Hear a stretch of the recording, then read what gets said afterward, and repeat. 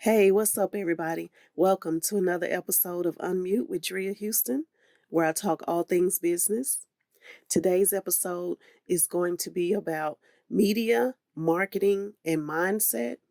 And the reason why I chose these three topics is because I have a workshop that I've put together, and I've taken some time out to make sure that this workshop caters to all the business owners who are out here doing it by themselves, or even just small business owners who are ready to rebrand and just put themselves out there with a better plan and a better strategy. We're going to focus on media. We're going to focus on your marketing, and we're also going to focus on your mindset as a business person. So, today's episode is going to be focused on that. It's my birthday week. I'm excited. I'm happy. I'm in a good space with business and personal. So have a seat. Let's talk business.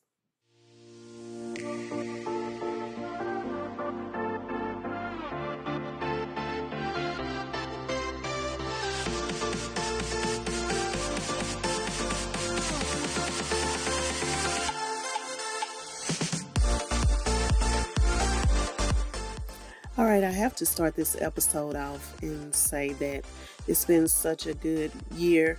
It's been a little up and down for a lot of people, a lot of business owners, but right now in this fourth quarter, it's really a time to focus on those things that or have your business at a weak point, all the weak points in your business. It's really a time to focus on those things.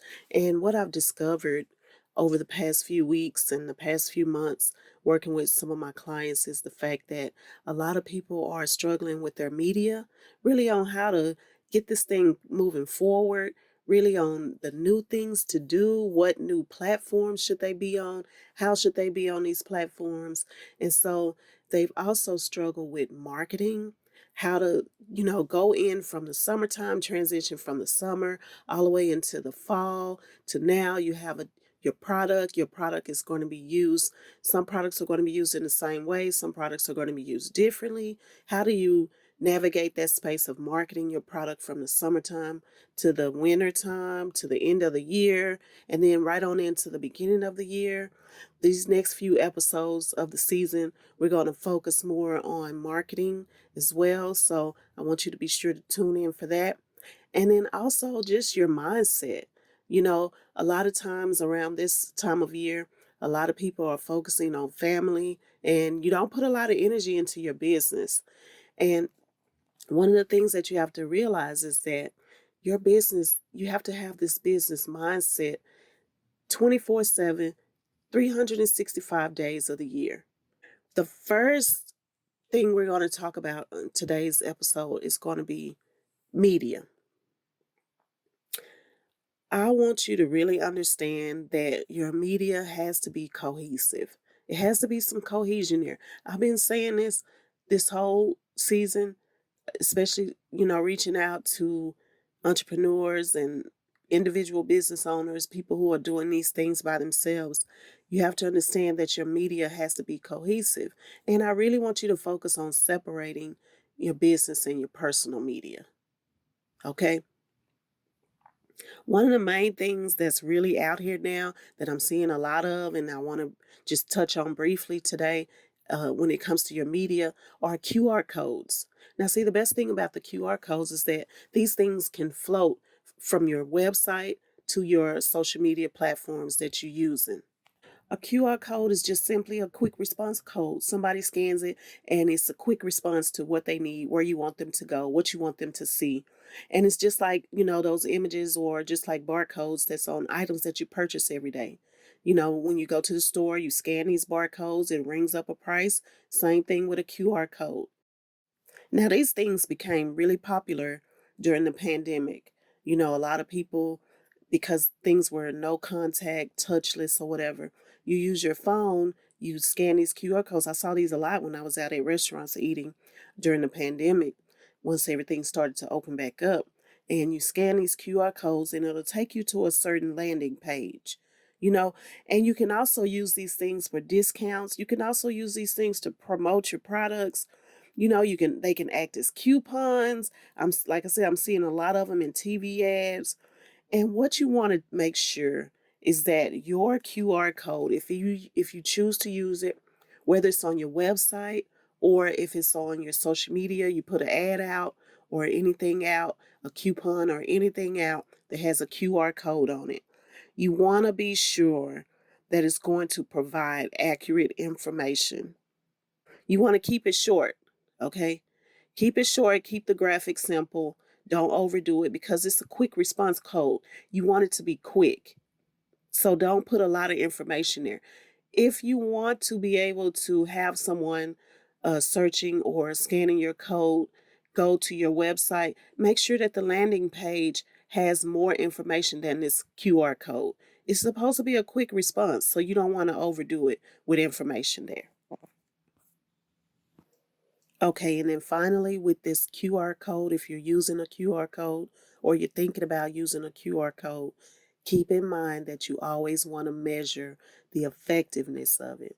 Don't just have it floating around and you're not measuring what it's doing, how effective it is, how much is being used. You got to measure all of those things. And if it's not working for you, then take it away. If it is working for you, be sure to keep it updated. Make sure the information is updated on your website or the social media, wherever you're sending people. When they scan these codes, make sure it's enough information there, but not too much. Make sure the images are good, but not too big, not too many. And then make sure that you're sending them somewhere to go where it's more cohesive as well. All right. Next, we're going to talk about marketing.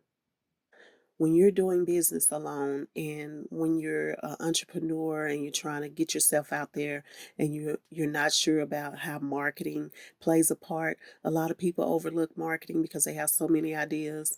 I've said this before. However, getting a professional to do these things and help you navigate through this marketing space is so important. And it's an investment into you and it's an investment into your business. Please consider that. So, today I want to really speak to you about bold strategies, which is what the workshop is going to be about. But I'm going to touch on it minimally. I'm going to give you just a few key points, something for you to think about before we start to really dig into it over the next few episodes of this season. When it comes to purchasing things, you either buy it because you need it or you buy it because you want it. And it's the same thing if someone is purchasing your product or your service for someone else. They're giving it to them because they need it or they're giving it to them because they want it. So focus on the levels of need. When we get into marketing in this workshop, we are going to focus on these levels of need because these are very important. Levels of need predict behavior. They say that it's about five levels of need. Some people will say four, some people will say more. So many different numbers out here. Behavior predicts purchasing. Basic need, that's the lowest level. And that's going to be about your food, drink, and your clothing. It's basically about your maintenance and your health and well-being. This is like just a basic need that everybody's pretty much concerned about. Your safety need. What does it require for you to be safe and secure? A lot of people make purchases because they want to be safe. Your social need. You know, it's so many items, products, services, or whatever, where people just want to be accepted. They want to be accepted. How do you market to those kind of people who just want love? Those people who need acceptance, those people who need friendships, those people who need other people around them. If your product or your service caters to that, this workshop is really going to help you look into that and focus on how do you get a marketing strategy that will be bold and that will attack that market, not too aggressive, but aggressive enough to where you'll get someone's attention and you can start to make money. And then there's the ego. See, social, a lot of people, even though they say we have introverts and extroverts, right? Introverts really are social as well. They're just social in a different way than extroverts, right? So the more social you are, the more your ego stands out and the more your ego needs respect from other people. When you got a big ego, your ego boosts your self-esteem. And Also, when you have a big ego, you want a higher status because everything is top level with you, is high level with you. So you want a higher status. How do you market to those people who are egocentric, who are ego oriented? You know, it's a way, it's a strategy, and you have to be really bold with the person that has the ego. You have to be really bold with them. You have to know who they are, what they want, and how your product or your service fits into their life. And then you have those people at the highest level is self fulfillment.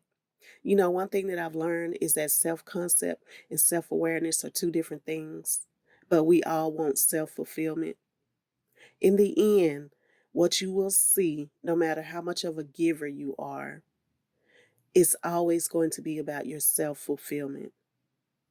Think about it. You could say, I'm thinking about other people. I'm thinking about doing this. I'm a volunteer. I do this and I do that. My business or my product helps with this and that. However, what you really, if you really get down to the core of it and think about it, it's about your self fulfillment as well. Because your product helps other people, but how does that fulfill you? Now, when you're marketing, this is at the highest level of marketing because this means that you have to really get personal. And you have to really know what makes people click. But here with self-fulfillment, you know, it's always about our need to grow. And when you're marketing to people who are really self-fulfillment oriented, then it's definitely going to be about reaching to their full potential, helping them reach to their full potential. And your product or your service has to connect to that when it has to do with marketing. So think about marketing. It's about bold strategies. Think about that. And one more thing I want to say about marketing before I move on to mindset. Marketing, you have to test your product. You have to test your product or your service. And let me explain that to you. I listen to Sirius XM in the mornings, and I love Sway Calloway, Sway in the morning. I love Heather. Shout out to Heather B. Shout out to Tracy G. Shout out to um, Sway Calloway. This show is great. I love it. So he recently announced that he was a part of a new app that's coming out in and it's a part of a social network and it's called Truso, right? This is black owned and it's backed by him, Terrell Owens, Kareem Grimes, Mickey Barber, and this app and this social network is set to compete with other social platforms like Clubhouse, Facebook, you know, all these other. It's set to compete there, but it's in the testing stages right now. So you have to keep in mind when you have a product or a service, you have to be sure to test that product or service. I love how Sway introduced that, how he announced that it's in testing. He wants people to be a part of that right now while it's in testing. As it goes through testing and they work out the kinks and work out other things, then they'll be able to have a great go-to market strategy for this new app, this new network. And believe you me, they are going to be sure to work out as many kinks as they can during the testing process. So when you're marketing, you have to be sure that your product or your service has been tested before you actually put it out there. You know, and you can test it in so many different ways. And this is another thing that we're going to focus on in this workshop, how to test your product or service. Even if it's been out there for a while, and it's staggered, or if you're thinking about reinventing it, rebranding it, we're going to focus on how you test it before it actually hits the market to where people can really focus and make money and buy it so that you can make money. Okay, and finally, I want to touch briefly on mindset. The reason why mindset is a part of this workshop and it's a part of my business and what I do with my clients is because it is hard at times when you're in the lower part of your business. That means that when you're not making money, you're not selling product, you don't have a lot of clients come through. How do you navigate through that and keep that business mindset? What is going to keep you going when things get tough? How will your life be affected if you fail? Why now? Why is now the best time for you to run your business? What factors do you think will help you be successful as an entrepreneur? What risk are you taking? Given those risks and your success factors, are you sure? When you think about mindset, you think about all these different things. You think about the risks that you're taking. You think about your weaknesses. You think about your strengths. And sometimes these things can be overwhelming, especially if you're doing business by yourself. If you're going at it alone and you don't have anyone to bounce these ideas off of sometimes, or to ask these questions to, or help you navigate with these through these questions, this can be a lot. But what I want you to understand is that keep going. And that's where discipline comes in at. Focusing on what you're doing, why you're doing it, how you're doing it. When are you supposed to do this and that? Discipline. Your mindset is going to be about discipline. This workshop that I put together is going to focus on making sure that your mindset is in a good place, like I said, during the highs and the lows of business. All right, that has been today's show. Thank you so much for tuning in. Like I said, it's my birthday week. I got my brothers coming into town. My sister is coming into town. We're down here in Dallas, Texas, so we're going to go to the state fair, bring back some, childhood memories, how much fun we used to have. I want you to follow me on Instagram at Drea Houston, Facebook at Drea Houston. Look me up on YouTube at Drea Houston, LinkedIn or Landria Houston. Instagram, I've been posting some pictures of myself, 18 years of age, 28 years of age, 38 years of age. And by the time Friday comes on my birthday, I'm going to post 48 years of age. And I'm just going to celebrate this whole week. It's going to be about me, it's going to be about my family. And I want you all to be sure to have a great week, great weekend.